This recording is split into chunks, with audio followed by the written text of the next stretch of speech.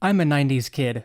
Liar! Alright, you got me. I'm an '02 baby. But it's close enough. I remember Webkinz and Disney Fast Play and Catwoman.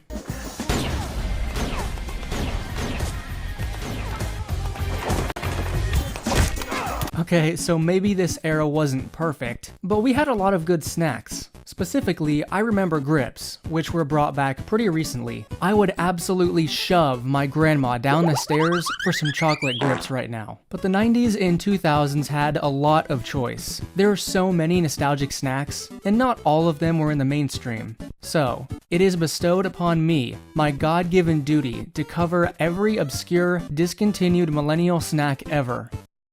Wait, where's Candles? Firefest 2? Really? Well, I suppose we do have someone on standby that can take over. Everybody please welcome Goldy by Lumino. Their info can be found in the description. Thanks, disembodied voice. Now let's get right into it. The try not to push your grandma down the stairs for some 90s snacks challenge impossible. 2 to the 1, from the 1 to the 3. I like good pussy and I like good tree. Whistle Pops were introduced in 1975. What did he say? Yes, this is a video about millennial snacks. You have not been deceived. But these first few ended up being older than anticipated. Whistle Pops were manufactured by the Spangler Candy Company, beginning in 1975. They're lollipops that are designed to make a whistling sound when you blow into them, kind of like a whistle. The thing is, there's not much information on the original Whistle Pop. All we have is this user on Reddit, who describes his experience with Whistle Pops. They tasted good, but they were almost always broken. It's like there was a guy at the end of the assembly line whose job it was to pick the wrapped candies up and smack them against stuff to break them and disappoint kids. Sounds about right. These are a novel idea, and would likely require very specific molds in order to create that whistling chamber. Whistle Pops lasted a good couple of decades, but were eventually sold to a company called Chupa Chups. They were discontinued for a few years before being reformulated to Melody Pops. They appear to have the same basic idea. Blow into the hole and you get music. They're marketed with the tagline, "Play real music." If a stupid 6-year-old blowing into a piece of candy is real music, then I'm Hans fucking Zimmer. In the black. Actually, wait, there is something different about Melody Pops, from my source. The Melody Pops handle contains a slide whistle-like plunger. Each lollipop's inner wrapper has sheet music printed on it. Each note is numbered, so the whistler can change the notes they play by sliding the plunger up and down to the different numbers engraved on the plunger. You're putting a lot of faith in my musical abilities, sir. Nutritional facts. Serving size. 1 pop. 60 calories, 0 sodium, 14 carbs, 12 of those are sugar, and 0 protein. Honestly, I'm surprised it's only 60 calories. Apparently, some pharmacies in the UK still stock the original Whistle Pops, somehow. Like they have a backlog of them or something. From Reddit. UK sells strawberry multi-packs too. However, you no longer get an extra sheet of plastic with notes and a song. I was a bit miffed. It might have been missing the 5 notes on the stick too. Still tastes the same though. If it seems weird that I'm pulling some of my information from random Reddit threads, there's a good reason for that. A lot of this candy is shockingly light on information from the web. I wasn't lying when I said obscure. Believe me, I've gone to great lengths to scour for this information. I've even searched through the Internet Archive for some of this stuff, so some of these might be light on the explanation.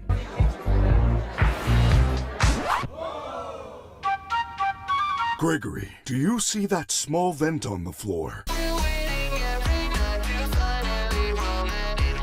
Bop it, twist it, squeeze it. Squeeze It was a fruit-flavored juice drink produced by General Mills beginning in 1985 and ending in 2001, with a few short reintroductions here and there. The drink came in a plastic bottle that the drinker would then squeeze to get the liquid out, hence the name. Squeeze the fun out of it, as they say. Now, this is one that I do actually remember loving as a kid. I think we always bought a knockoff brand, as the name Squeeze It isn't familiar to me, but it was the way the drink sat in your hand that was so appealing. Rather than a concealed can with a questionable amount of liquid, Squeeze Its were more like see-through plastic pouches, where you could really feel just how much drink there was. it was heavy by volume. There were a lot of different flavors of Qwiz-Its. Let's see if I can say all these names with a straight face. Chucklin' Cherry, Berry Be Wild, Grumpy Grape, Silly Billy Strawberry, Rockin' Red Puncher, Mean Green Puncher, Smarty Arty Orange, and Troppy Tropical Punch. Like, what's the point of these goofy ass names anyway? No kid ever walked up to their unk and said, "Can I have a Silly Billy Strawberry?" He would have been dropkicked into next week. Each flavor had a different character etched into the bottle, like we ever noticed that. Now, this is something I do not remember, and it's what leads me to believe that my family always bought the knockoff. Apparently, Qwiz-Its also came in these special packs that contained pellets that you would drop into the drink and watch it change colors. If you know anything about discontinued things, the word pellet should trip an alarm. Any product that contains a small BB gun pellet of some kind will soon be discontinued due to a possible choking hazard. My source doesn't specify that's what happened, but we can almost assume that that's what happened. For a short time, there was also a mystery flavor. Can you guess which color the mystery drinks would come in? Did you guess anything normal? Because you're wrong. They only came in black. The mystery flavor was always changing. We know at least one of these was kiwi strawberry, which, to be fair, is pretty damn normal. You also had Lifesavers Qwiz-Its at some point, including flavors like wild watermelon, blue raspberry, and tropical fruit. Finally, some normal names. I feel like Greg Heffley ordering his drummies. Now, there was a UK version of Qwiz-Its called Twist and Squeeze, sold in pretty much the same flavors and bottles. This version of the squeeze drink is still available, but ironically, they're only available under the name Qwiz-It. So we've pretty much come full circle. They're manufactured by a company called DOPPELKUPPLUNG.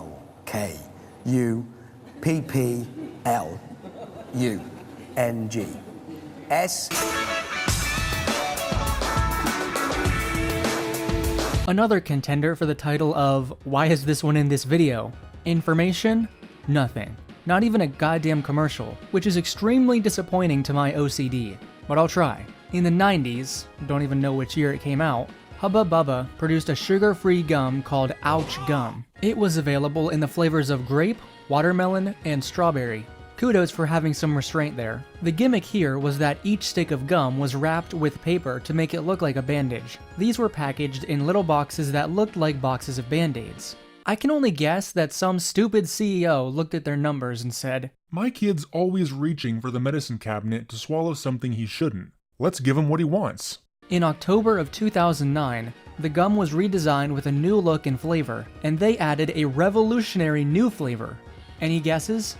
It was the flavor of bubblegum. Ah yes, I take the gum, and we make it taste like gum. At least each pack came with a collectible game inside. So these were discontinued in an unspecified year, but we do know that they've been brought back in some capacity, and one user on Reddit was able to acquire one. I saw these at Barnes & Noble just yesterday and I had to buy it. It was so nostalgic until I actually tried a piece, lol. Safe to say the flavors were disappointing and do not taste like the old ones, which I should have expected because they aren't Hubba Bubba. It was just extremely artificial. Like the strawberry one tasted like Nesquik strawberry milk, which I'm pretty sure is not what the original tasted like.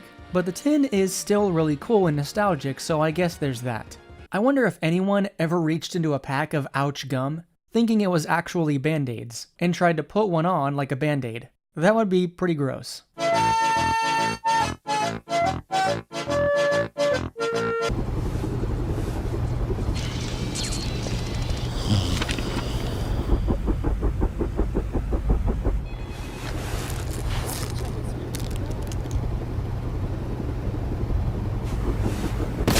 Nards Juicy Squirts. Now, I could devolve into the most lowbrow humor here, and I will. Oh my, I can't control my goo! Look, I'm sorry, but the candy is called My Nards Juicy Squirts. What do you honestly expect me to do? Goo! Juicy Squirts are fruit-flavored gummies with a juicy center. And rather than dive straight into a Wikipedia page, there is no such thing here. Instead, I've opted for a more personal, intimate review of My Nards Juicy Squirts, from a non-fan of the candy.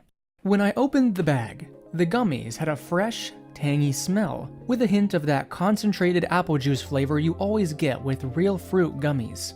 What, did you think you were actually getting cherry juice in your cherry-flavored gummy? They weren't really very pretty. The shapes of them were pretty much lost under the coating of sour sugar. The label doesn't identify the flavors, but does proclaim that the squirts are, quote, made with real fruit juice. Rather than the juicy center being nestled in the middle of the gummy where you'd assume it would be, the pocket of liquid is right at the top of each candy, contained only by a thin layer of gummy. When the liquid layer is squished by your fingers or in your mouth, the effect is similar to squeezing a big old blister until the liquid inside comes bursting out. Trying to keep all blister-related thoughts out of my mind, I settled down to do some tasting. Their texture was pretty firm, with a little of that doughy texture you get from licorice. Except for, yes, that squishy pocket of juice. There wasn't really very much liquid in there, and you have to bite down on them at a certain angle to make them actually squirt. But the juice mingled with the gummy as I chewed,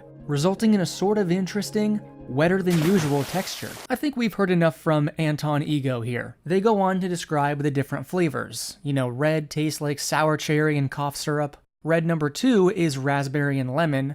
Green is sour apple and strawberry. And purple is grape and watermelon. They're dual flavored because each juicy squirt has a differently flavored shell from its squirt. In summary, these were just okay, and I don't think I'd go out of my way to buy them again, unless I wanted a bag of gummy blisters to gross out my little cousins with.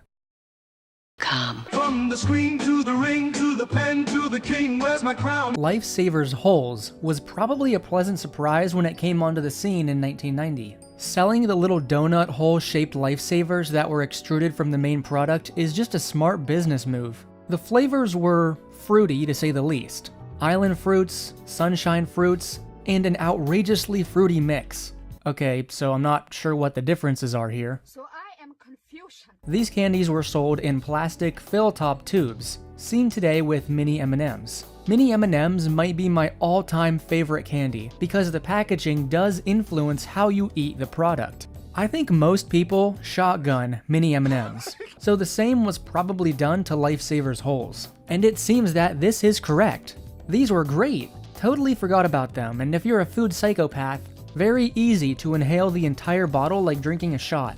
Speaking of which, the packaging was designed to be portable and easy to fit into your pocket on the go, but it also proved to be a costly mistake. The soft, narrow plastic tops ended up being just the right size for children to accidentally. According to a report by the Chicago Tribune at the time, Lifesavers recalled Holes in January 1991, following reports that several children gagged on the packaging. More specifically, children ages 2 to 3 and a few teenagers had bitten the caps off of the packaging and chewed, swallowed, or gagged on them, though no serious injuries were reported. Children ages 2 to 3 make sense, and then you jump forward 10 years or so to a few teenagers, who were probably acting like 2 to 3-year-olds. While the line had sold over 40 million products, the recall affected all Lifesavers Holes products, pulling them off the shelves and from all distribution channels at the time. The candies were recalled with the intention of relaunching with new, safer packaging within 90 days. The candies did come back 4 months later, but had lost their momentum. So, they were soon after discontinued completely. It sounds like these were some truly dangerous candies. Another Reddit user recalls, "Remember when a classmate of mine cut the tube and used a balloon to make the improvised BB gun, and then broke one of the school windows?" Another author describes them as edible ammunition for the BB guns that were our mouths. Trust me, no kid who ate Lifesavers Holes could resist spitting them out like rapid-fire bullets for long. So we're literally just producing potential weapons here. Contrasted with its nefarious uses in the classroom, the marketing was sweet and innocent. These commercials were created by Pixar, which explains how they were able to create such emotive 3D models, playing at the beach, building sandcastles, and running from the tide. Try new Lifesavers Holes. Watch out for holes. They're gonna be everywhere. Watch out for holes? Tell that to this guy. It's all coming. I'm in a drive-thru a Burger King. Can I please get a Whopper Jr. with iron rings? Okay, this one has a really interesting reason for discontinuation. These are Grizzly Chomps. Released in 1991 by Hostess, a Grizzly Chomp consisted of two 97% fat-free chocolate cupcakes, with colored sprinkles on top. It's pretty basic. But wait, we're not done. What makes Grizzly Chomps so disgustingly unique is the design element of a single bite being taken out of every single cookie. Was that the bite of 83? Because you see, the implication from the commercials is that the Grizzly Chomps bear would actually take a bite out of each product before sending it on its way. We had the first bite, now you finish it. It's a really unique idea, and I applaud them for trying something new and creative. Unfortunately, this flies in the face of decades of consumer data. Historically, taking a bite out of something before selling it generally makes it less appealing. I mean, obviously no one actually takes a bite out of these things. There's not literally a cartoon bear infecting these cookies with E. coli. But the psychology of eating something that looks already bitten down on isn't great. Most consumers just couldn't stomach it. Not to mention, you are literally getting less food. You think the factory kept all the cookie they bit off? It was probably just thrown away. Because of these reasons, the product ended up in the Traveling Museum of Failure, alongside Colgate Lasagna and Coca-Cola Black. Hey, we know that one. It only lasted a few years on store shelves. Apparently, they also had merch, which included a hat with a bite taken out of it. Ugh, all these disgusting companies, pushing their merch on people, it's disgusting. I don't see the reason this didn't catch on. That's pretty funny, albeit non-functional. Although the bite hole doesn't exactly look like a bite mark, it looks like someone punched a hole in it with their fist. Perhaps the most, poignant summary we can give is from this Reddit user. That mascot looks fucking weird, I don't like him at all. Well, I see someone isn't a furry. Hey, been a while since I saw my face. I haven't been doing so great, so I took a little break. So a lot of people are saying some things about me that aren't quite true. It doesn't matter if it's true though. It's just as long as it's entertaining to you. Right? You guys having fun? All aboard!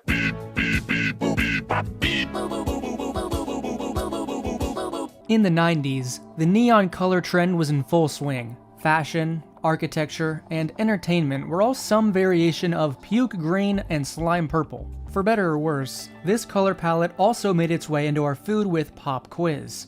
Introduced in 1991 by Pop Secret, this neon-colored popcorn was a rousing failure. Only lasted 3 years. But the time it was on the shelves was pretty interesting. The popcorn came in 6 different colors: red, orange, yellow, green, blue, and purple. The catch was that you didn't know what color you were going to get until you popped it. Look, sweetie, it's popcorn that changes colors in the microwave. Thanks, you're the best mom ever. Oh, it's done. Let's see what color we got. Oh, it's yellow. The quiz part of the name is in reference to the trivia games that came printed on the popcorn bags. Each bag had a riddle, trivia question, or puzzle to solve. It's nice that the colors weren't the only gimmick here, although printing games onto the packaging isn't entirely unique by today's standards. And not everyone was absolutely blown away by this product, really. The Impulsive Buy writes in their 2017 retrospective review, "The popcorn tasted like flavorless styrofoam, and the bag held little more than a handful of popcorn." Another comment from Reddit, "Haha, they're butt flavored." Bro, what are you talking about, man? The duality of man in these quotes. Couple more things about Pop Qwiz. Like a lot of these millennial era products, they felt the need to include a mystery flavor. Except that doesn't really make sense. I was under the impression that every flavor tasted like styrofoam. This may be a Fruit Loop situation where people falsely believe that each color is a different flavor. The marketing is also pretty bland. Quote, "The commercial for Pop Qwiz had D-rate Zach Morris wearing a jacket I swear I owned, zany music, and a bunch of kids trying to win the quiz, by guessing which color would pop up next." I'm Plato, the host of Pop Secret Pop Qwiz. It's a great tasting pop. Yeah, he's not breaking any records with this one. Kids bop looking ass. Wow, this commercial is so high quality. It's like I can see every pixel. My name is Dan, and my name's Rose. Our son Wesley kinda glows. The year 1991 was a banner one for the launch of Betty Crocker snacks. While Gushers is still going strong today and even playing into the nostalgia of the times, equally memorable were the Soda-Licious Soda Pop fruit snacks. These snacks were shaped like soda bottles, and to mimic the taste of the bubbly liquids, had a special coating that released a tangy tingle. Whoever wrote that was way too excited about Soda-Licious. This kind of candy is nothing new. We have soda bottle shaped candy in every Dollar General in 2025. But like many snacks from this era, they just had better flavors instead of mass-consumed corn syrup. They were incredible. It was like drinking a soda without the liquid. They were perfection in a candy. Nothing like this will ever exist again. One of the best candies of all time. I'm actually a small fan of the wax bottles we have today, but I do admit it sure would be nice if we were able to eat the entire thing, and that's what makes Soda-Licious stand out. You could pop them in your mouth and just eat the whole thing, and the coating of these gummies is what makes the taste so extraordinary. As someone who never had them, I'm imagining a dusting of, like, Pop Rocks on the surface of these things. Probably not entirely accurate, but it does give you a good idea of the outer layer of these things. There were only 2 varieties of Soda-Licious. There was a fruity set that included lemon lime, red fruit punch, and grape. Then there was the more traditional soda-based set with cherry cola, orange cola, and yes, root beer. The absolute restraint I'm holding right now. I do not want to go for the most obvious meme. Again, not much else is known about these things. The problem with doing a 90s-centric video is that a lot of these products just don't have a lot of information on them, especially since most of them lasted for a very short time. Something like soda is a bit more universal, and people have gone to great lengths to recover lost information on things like Pepsi Kona and Coca-Cola Black. Really, the only thing we know about the discontinuation of Soda-Licious is that the fruit variety disappeared first, with the soda mix following 3 years after. One reason might offer us an incredibly simple explanation. There's just better versions of this candy from competing manufacturers. Haribo has Happy Cola, Jelly Belly has Soda Pop Shop, Hi Chew has their own soda-flavored candy, and there's also those Jolly Rancher-esque barrels that offer the taste of root beer. And that one's pretty accurate. Turns out, soda-flavored candy is already a hot commodity, and only the strong survive. Certified lover boy, certified pedophile. Wop, wop, wop, wop, wop, girl, fuck him up. I'm sorry, but this one is revolting. Bam! Oh, wow. I've got a lot of questions. Yeah, me too. Sure, go ahead. Now, Charlie, did you take all of my money and invest it in a box full of Teenage Mutant Ninja Turtle pies? Yes! I have a friend who's a huge TMNT fan, and I really don't know what he thinks of these, or if he was even alive when these came out.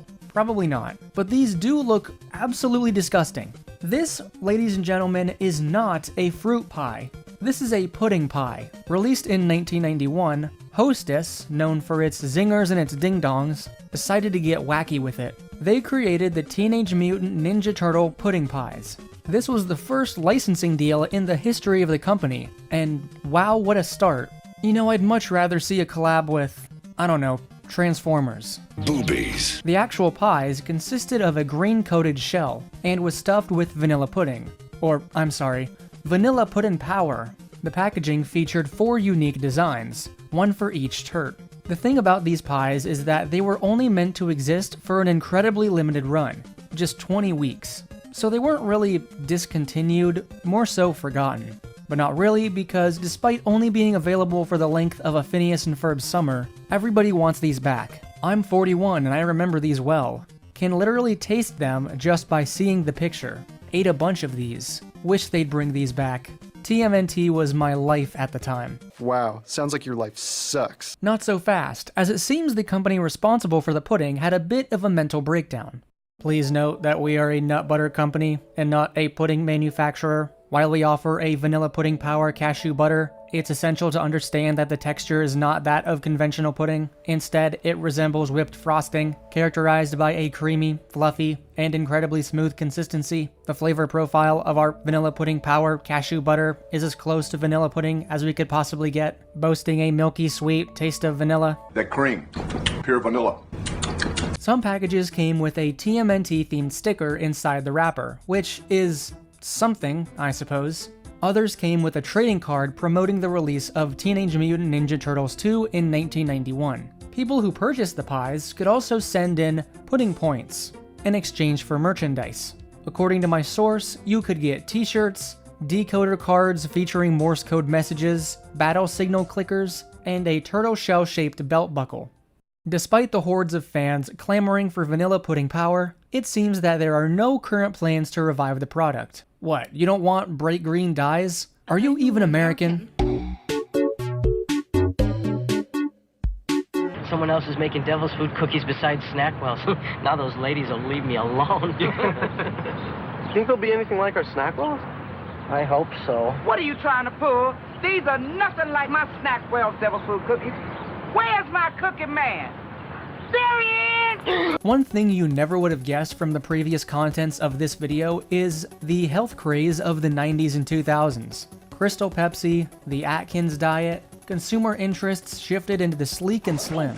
To follow this trend, 1992 saw the release of the Snackwell's Devil Food Cookies. This particular item seems to be well remembered, as I was able to find a wealth of information on this one. Snackwell's products were marketed as a fat-free and thus healthier snack, as the US dietary guidelines of the early 1990s advocated for a reduction in the consumption of fats. Light chocolate cake rounds and a thin layer of marshmallow cream, all covered in a thin, chocolatey coating.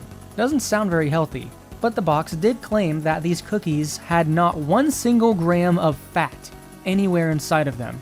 In a hilarious twist, Snackwell's Devil Food Cookies were one of the main culprits for childhood obesity directly after this health craze. And it's all because of something called the Snackwell effect. The Snackwell effect is basically the JonTron lean cuisine meme. It's fine, it's good. I mean, it took me a while to get used to healthy eating, but I've just been sticking eating these lean meals, and I'm not gonna lie, I'm feeling alright.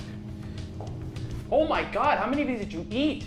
What do you mean? You can eat as many of them as you want. It's a freaking healthy meal, dude. What are you talking about? Dude, do you even know what a calorie is?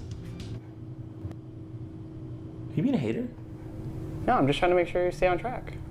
Being a hater, dude? Alright, well get that stupid camera out of my face. Get out of my house, man. You're being a hater! An Ozempic-less middle-aged mom goes to the store and sees a promotion for a traditional dessert. This time without the stuff that makes it unhealthy. She buys 40 boxes and crushes them in a single night. Just because something is marketed as low calorie or low sugar doesn't give you the green light to just eat as much as you want. We're not all drunk college kids ordering IHOP at 4 a.m. Pay attention to the fat substitute they used. Be ready to be running for the bathroom.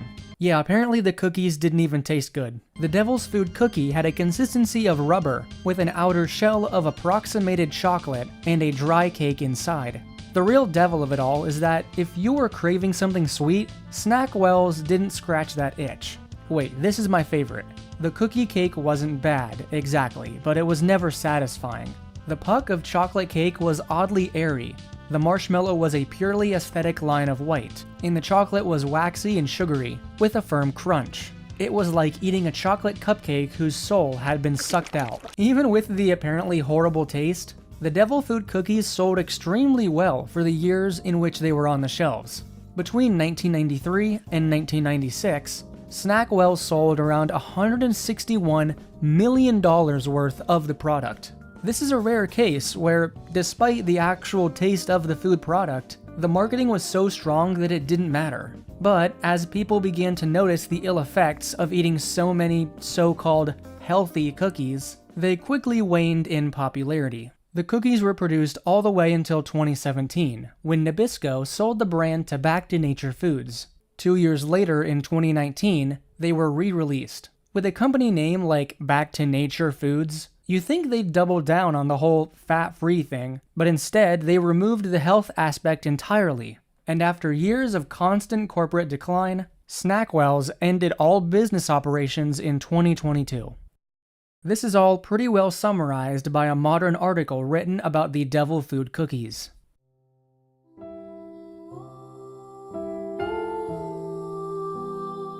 Anyone can go on a diet if they want to. We all have a right to feel comfortable in our bodies and look the way we want. My axe to grind is against companies that cash in on that and perpetuate a social construct about bodies that shouldn't exist. Every company that markets diet food does not care if we lose weight, gain weight, make ourselves sick, or anything in between. So when it comes to choosing the foods I eat, my personal belief is that if you like to eat it, then eat it. But don't choose foods based on marketing strategies. That's the devil's food work. He's releasing the files to catch all the pedophiles. Never met Epstein or touched any teen. Yes, sometimes we're nostalgic for something that really wasn't all that great. We can't help it, it's just human nature. But looking back at these time capsules has been really fun for me. I wasn't even around for any of these. Initially, this script was going to be longer, with me covering more early 2000s products as well. Yogos, cereal straws, things that I actually remember eating. So, if you'd like to see a part 2, like the video and leave a comment. I'd like to thank everyone who submitted a character for the OC contest. There were some really amazing entries, and it was hard to pick just one. Remember, we just started our weekly Patreon streams with the Candles VTuber model, so if you'd like to get in on the ground floor with those, it's just $5 a month on Patreon, and those only become available to everyone else after 6 months. So, thank you everybody so much for watching. I love you all. Why you trolling like a bitch? Ain't you tired? Trying to strike a chord and it's probably A minor.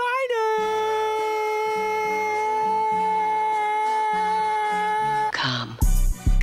They not like us. They not like us. They not. Come.